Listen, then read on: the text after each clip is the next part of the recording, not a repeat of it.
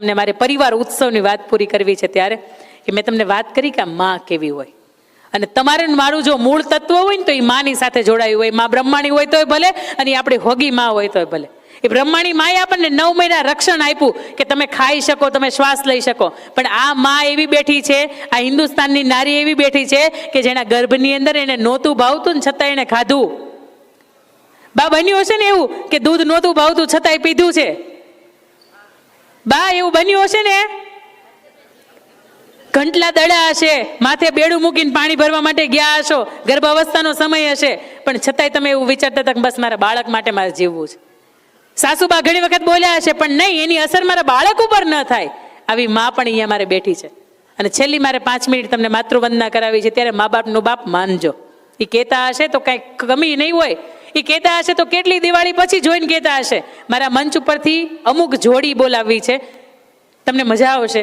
અને આ સગપણ સંમેલન તમારા માટે કાયમીને માટે હૃદય ઉપર છાપ છોડીને જશે. કદાચ 1978થી ચાલતું હશે પણ મને એટલી ખાતરી છે કે આ 2025નું સગપણ સંમેલન છે ને એને તમે કાયમી માટે યાદ કરશો.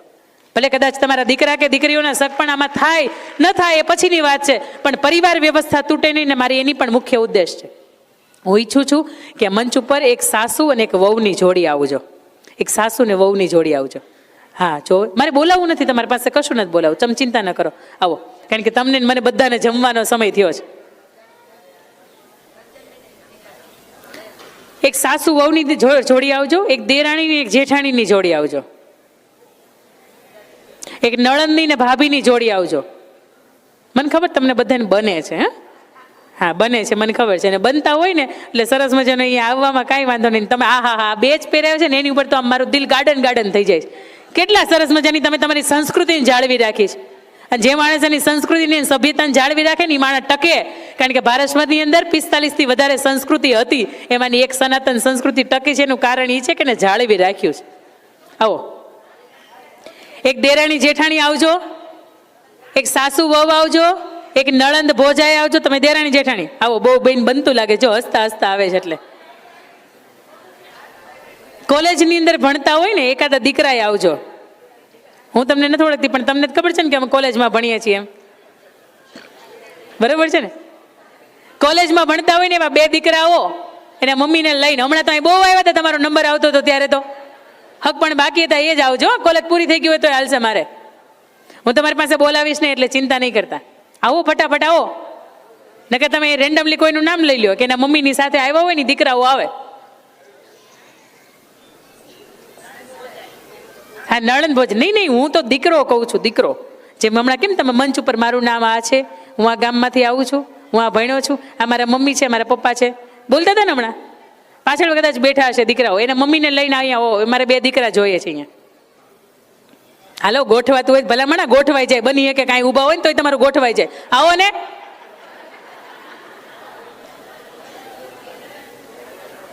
બે દીકરીઓ આવો કે જેના સગપણ બાકી હોય એના પપ્પાને લઈને આવો. મને તમે 2 કલાકથી જોવો છો, હવે મને નહીં જોતા. હું જે કહું છું ને એ કરો. 2 દીકરીઓ કે જેના સગપણ બાકી હોય અને એના પપ્પા અહીંયા હાજર હોય તો પપ્પાને લઈને આવો. જરી કે શરમ નહીં રાખતા, હું તમને બોલવા નહીં આપું. બોલવા માટે છેક મેં સુરતથી અહીં છે કે આવી જો, આ ફેરો ખાધો છે. કઈ જોડી આવી? દેરાણી જેઠાણી, નળંદ ભોજાઈ, તમે સાસુ વહુ. હમણાં પેલી ઢીંગલી અહીં હતી સરસ મજાના અનાઉન્સ કરતી હતી, ક્યાં ગઈ? આવો તો બેટા, મમ્મીને લઈને આવો, તો સાસુબાને લઈને આવો, તો સાસુને લઈને આવો. તમારે જે મને 821 નંબર ક્યાં છે? રીટાબેનની દીકરી એ આવે, ક્યાં ગયા મંચ ઉપર? તો કે અંકિતાબેન આવ્યા એટલે મારે કે શાંતિ 2 દિવસથી બોલું છું, આવો.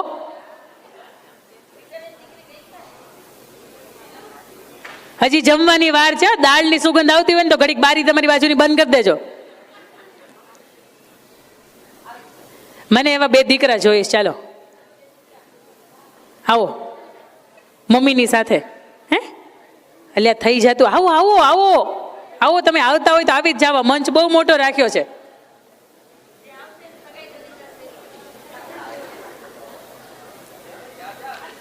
અહીંયા ઊભા છે ને, તમને સમજાય કે આ લોકોનામાં સંવેદના કેટલી છે, એટલા માટે હું અહીં બોલાવું છું.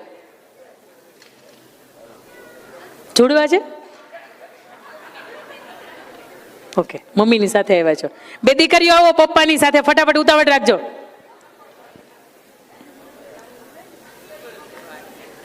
બે દીકરીઓના શક પણ બાકી હોય. હું ગવર્મેન્ટ નોકરીની તૈયારી કરું છું અથવા તો શિક્ષક છું, અને બાજુમાં પપ્પા અહીં ઊભા હતા, એ ક્યાં ગયા મને નથી દેખાતા. આવો ફટાફટ. હા, એક બાપ દીકરી આવે. હજી એક મારે બીજા જોઈએ છે બાપ દીકરી. બે સગા ભાઈ હોય ને એ આવો.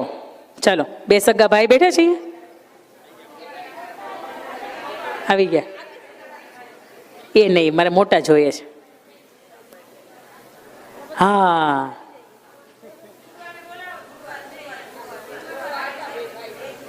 આવો. કેમ કે બે જોડવા, મારી દીકરીઓ જોડવા છે, પણ નાની હશે થોડીક. મારી તો 5 વર્ષની ઢીંગલીઓ છે. નકર આપણે આઈનું કંઈક ગોઠવતા જાત. પત્તમ વડે એવું કે બેન તમે થોડા અમારામાં આવો. પપ્પા છે ને અહીંયા મંચ ઉપર જ હતા ને. ક્યાં છે રીટાબેન? તમારા હસબન્ડ ક્યાં છે? આવો આવો આવો આવો. તમારે હા મહેનત બેહવાનું, શાંતિથી ઊભું રહેવાનું. ઊભા રહ્યો. મને બાપ દીકરી આ એક જ જોડી છે, એ સિવાય તમે બરાબર સમજો. મંચ ઉપર જેટલા પણ છે ને એના કેન્દ્ર બિંદુ માં છે એની. મેં છેલ્લે તમને વાત અહીંયા માં ઉપર પૂરી કરી. મેં તમને એવું કીધું હતું કે માં ઈ છે ને તો દીકરીનું જીવન ટકીએ જાય, અને માં ઈ છે ને તો દીકરીનું જીવન ડૂબીએ જાય. આ એ માતૃભાવની મારે અહીંયા પ્રગટ કરવો છે. ત્યારે અહીંયા સાસુ વહુ તો એની અંદર માં આવે, સાસુબાને માં કહેવાય. પણ આંસુ ને ત્રાસુ ને સાસુ એની સમસ્યાની વચ્ચે જો સાસુ બા બની જાય ને તો મજા આવે. અહીંયા બે મેં જોજો આ બધા જ સંબંધોની અંદર આપણા ઘરની અંદર રહેનારા સંબંધ છે, એમાં પતિ પત્ની નથી મૂક્યા. હું કામે? તમે સમજી ગયા ને? હા, તમે સમજી ગયા. તમે ડાયા છો, સમજણા છો. અહીંયા છે ને બાપ દીકરીની વચ્ચે હું મૂકી છે. 10 વર્ષની સમયગાળા પછી એ દીકરીનો જન્મ થયો છે. 13 વર્ષની. વાહ! એટલે કેટલી લાડકી હોય આપણને ખબર છે. આ જેના ઘરે જાય ને એને લઈને લાડકાઈ ઉઠાડવાની તેવડ હોય ને તો એને પસંદ કરજો. એના પછી બાપ દીકરી છે, બરાબર? એના પછી દેરાણી જેઠાણી. તમે એમના મમ્મી છો. તમારું પાત્ર ક્યાં છે? પકડો, જાઓ જાઓ જાઓ, એની પાસે જાઓ. તમારે એકલું નથી ઊભું રહેવાનું. તમે બે સાસુ વહુ. અરે વાહ! તમે બે દેરાણી જેઠાણી દેખાવ જ છો હરકા. ગયા જન્મમાં બેનો લાગો. તમે સાસુ વહુ, તમે સાસુ વહુ, તમે નણંદ ભોજાઈ, તમે દેરાણી જેઠાણી, તમે મા દીકરો, તમે વચ્ચે આવો. તમે વચ્ચે આવો. બસ. તમે મા દીકરો, તમે બે ભાઈ. તમે કોણ છો? તમે જાઓ ન્યા. ઓકે, બરાબર છે. તમે જાઓ ન્યા. હવે તમારું જે પણ પાત્ર છે ને એને તમે બરાબર હાથ પકડી રાખો. તમારી કરતા જે નાનું પાત્ર છે ને એને. એટલે જેઠાણી હોય ને તો એ દેરાણીને પકડશે. મમ્મી પપ્પા હોય છે ને તો એ દીકરીને પકડશે. પપ્પા હશે ને તો એ દીકરીને હાથ પકડશે. સાસુ હશે ને તો એ વહુનો હાથ પકડશે. જેમ બાળ મંદિરમાં આપણે મૂકવા જઈએ અને અમે ઓલા બે ખૂટિયા બાંધતા આવતા હોય ને આપણે એમ કહી કે તને વાગી જાય ને ખેંચીને કેમ પાછો કચકચાવીને હાથ પકડી રાખીએ, આટલો કચકચાવીને હાથ પકડજો. મમ્મી એ દીકરાનો હાથ પકડવાનો જ પકડો. મમ્મી એ દીકરાનો હાથ પકડવાનો જ પકડો. હા હા હા, રામ લક્ષ્મણ મળ્યા છે તો કૌશલ્યા જેવું જીવન થવાનું તમારું. પકડ્યા? પપ્પા એના દીકરાનો હાથ પકડજો. છોડતા નહીં, હાથ નહીં છોડતા. આપ સૌને પણ વિનંતી, ક્યારના બેઠા છો? હા કે ના? થાવ ઊભા. હાશ. હવે તો કંપની પાણીની બોટલ વાળા હોય ને એ હાશ નામ રાખવા મળે. તમને ખબર છે? હાશ કંપની કે હાશ ક્યારના બેઠા હતા. બધાય ઊભા થાજો.